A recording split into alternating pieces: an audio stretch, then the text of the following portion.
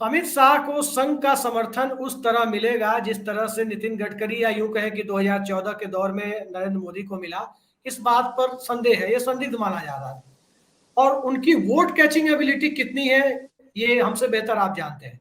क्या आपको लगता है कि अमित शाह भारतीय जनता पार्टी में नरेंद्र मोदी बन पाएंगे? अब देखिए, जहां तक अमित शाह की बात है तो आप उनको अडवाणी जी के तौर पे आप कंपेयर कर सकते हैं। अटल जी मतलब नरेंद्र मोदी, और अच्छे भाषण देते हैं, वोट कैचर हैं जो देश पांडे जी बता रहे हैं। और संगठन के जो आदमी हैं वो अमित शाह हैं। बाकी जो बैकरूम मैन्यूवरिंग जिसे कहते हैं वो सारे का सारा जो है वो अमित शाह जी करते हैं। कहाँ छापा पड़ना है, किसको आइडेंटिफाई करना है, कहाँ पर फाइनेंशियल पाइपलाइन तोड़नी है। और अमित शाह जी ने कई प्रयोग करे हैं इस देश में, जनतांत्रिक देश में। जैसे उन्होंने क्या, इलेक्शन को महंगा कर दिया बहुत, एक कॉर्पोरेट लेवल पे इलेक्शन दे गए। मैं आपको छोटी सी एक किस्सा बता रहा हूँ। मैं 2014 का मैं चुनाव कवर कर रहा था, और उस वक्त उत्तर प्रदेश के एक बहुत बड़े नेता मेरे परिचित थे लखनऊ विश्वविद्यालय से, वो मेरे साथ थे, और जौनपुर में उनकी ड्यूटी लगी थी। और वहां जौनपुर में जो पब्लिक एड्रेस सिस्टम था, मोदी जी की रैली थी, वो काम नहीं कर रहा था। और मोदी जी थोड़ा तमतमा गए थे और गुस्सा गए थे। और फिर 4-5 मिनट के व्यवधान के बाद वो loud speaker public address system ठीक हुआ।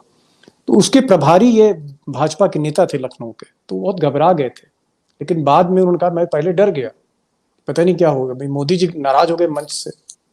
और सही बात है, एक भावी प्रधानमंत्री अगर एक जौनपुर में बड़ी सभा कर रहा हो, 4-5 मिनट तक पब्लिक एड्रेस सिस्टम बैठ जाए तो क्या होगा। लेकिन बाद में उन्होंने कहा, मैंने कहा तो आपका तो क्या नुकसान हो जाए। बोले नहीं नहीं, कैन एक्चुअली पूरे देश भर में जो रैलीज हो रही हैं, पब्लिक एड्रेस सिस्टम का जो कॉन्ट्रैक्ट है वो एक बहुत बड़ी फर्म को दिया गया अहमदाबाद की, तो हमें इससे कोई मतलब नहीं। मेरा कहने का मतलब, कॉर्पोरेट स्टाइल में इलेक्शन लड़ना, इलेक्शन को बहुत महंगा कर देना, और सामने वाले को की फाइनेंशियल पाइपलाइन को तोड़ देना। यानी एक तरफ आप इलेक्शन महंगा कर रहे हो और सामने वाले का जो फाइनेंशियल पाइपलाइन वो कम करते चले जा रहे हो। ऐसी बहुत से उन्होंने एक्सपेरिमेंट्स किए अमित शाह ने। लेकिन मुझे ऐसा लगता है कि 2024 में जो आप कह रहे हैं वो तो मोदी ही रहेंगे। और मोदी अगर स्टेप डाउन करते भी हैं तो हो सकता है 2025 में जब वो 75 साल के हो जाएंगे सितंबर में, और अगर वो अपने उसूलों पे चलते हैं, उसूलों पे कायम रहते हैं, जो उन्होंने एक नोशनल पैरामीटर, लिखा पढ़ी में तो कोई पैरामीटर नहीं, नोशनल पैरामीटर जो उन्होंने बनाया है कि 75 के ऊपर, अगर वो उन उसूलों पे चलते हैं तो वो स्टेप डाउन करेंगे। 2026 में आप समझ लीजिए, 2025 में 100 साल पूरे हो रहे हैं जी, 100 ईयर्स ऑफ आरएसएस। और हो सकता है कि उन 100 ईयर्स में वो बहुत सी अप्रत्याशित घोषणाएं करें। हो सकता है हिंदू राष्ट्र घोषित कर दें इसको, बहुत सी चीजें हो सकती हैं, मतलब मैं उस पर कमेंट नहीं करना चाहूंगा। तो जब वो स्टेप डाउन करेंगे उस वक्त कोई चुनाव तो होगा नहीं, कोई पब्लिक रैलीज तो होंगी नहीं, तो वो सत्ता दे सकते हैं। या ये हो सकता है कि 2024 में वो डिप्टी प्राइम मिनिस्टर बना दें अमित शाह को। हालांकि उनका डिप्टी प्राइम मिनिस्टर होना ना होना के कोई मायने नहीं है, वो अघोषित रूप से डिप्टी प्राइम मिनिस्टर हैं, इसमें कहीं कोई संदेह नहीं होना चाहिए। तो जो आप कह रहे हैं कि अमित शाह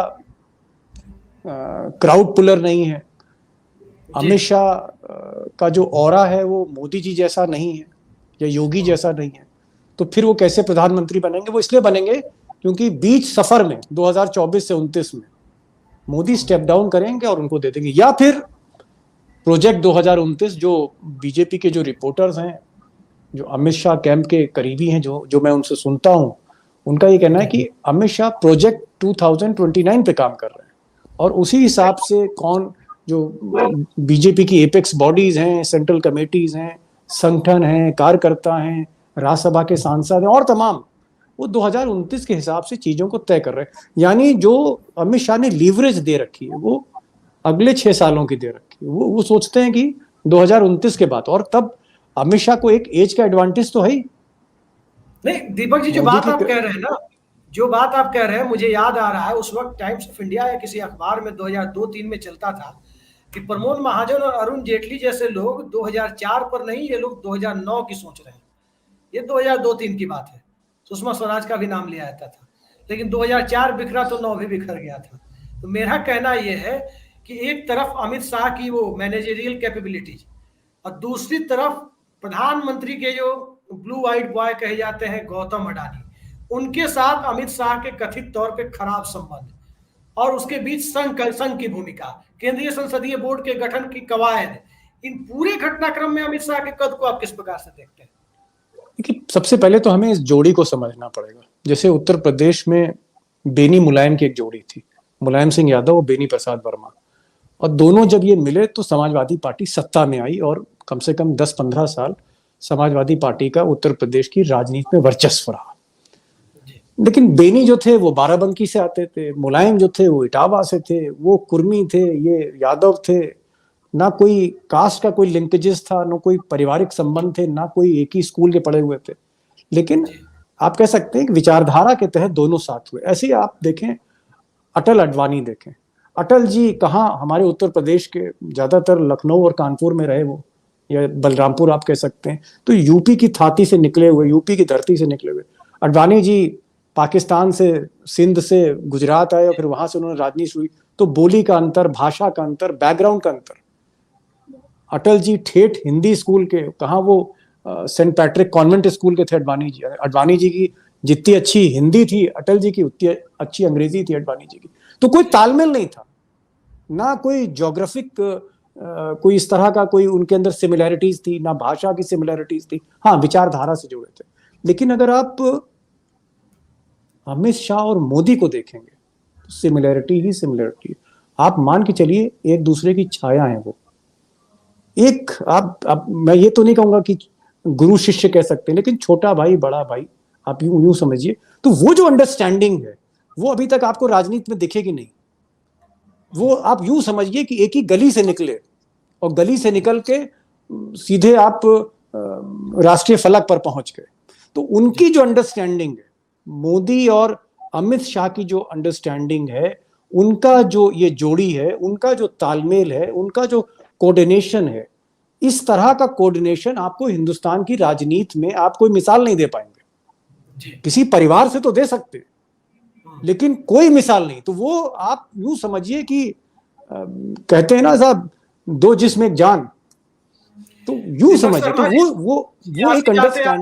वो एक अंडरस्टैंडिंग है उनमें। इसलिए ये इसकी कभी भी ये गलतफहमी मत करिएगा। बार बार ये अफवाहें होती हैं कि साहब वो अडवाणी वो अमित शाह और मोदी के बीच में आजकल ठीक नहीं चल रहा है, कुछ अडानी को लेके मसला है, कुछ स्मृति ईरानी को लेकर। अरे भाई, स्मृति ईरानी के बारे में बहुत कुछ कहा जाता था। जब वो शिक्षा मंत्री बनी थी तो लोग कहते थे कि स्मृति ईरानी ने कद चाट दिया अमित शाह का। अमित शाह ने बाहर कर दिया था बीजेपी के कार्यकारिणी से उनको, याद करिए। तो बाद में स्मृति ईरानी ने स्वीकार कर लिया कि उनको झुकना है, अमित शाह के आगे भी झुकना होगा। तो जो लोग अमित शाह को शुरू में अंडर एस्टिमेट कर रहे थे, अंडरमाइन कर रहे थे, बाद में सब उनके साथ सही हो गए।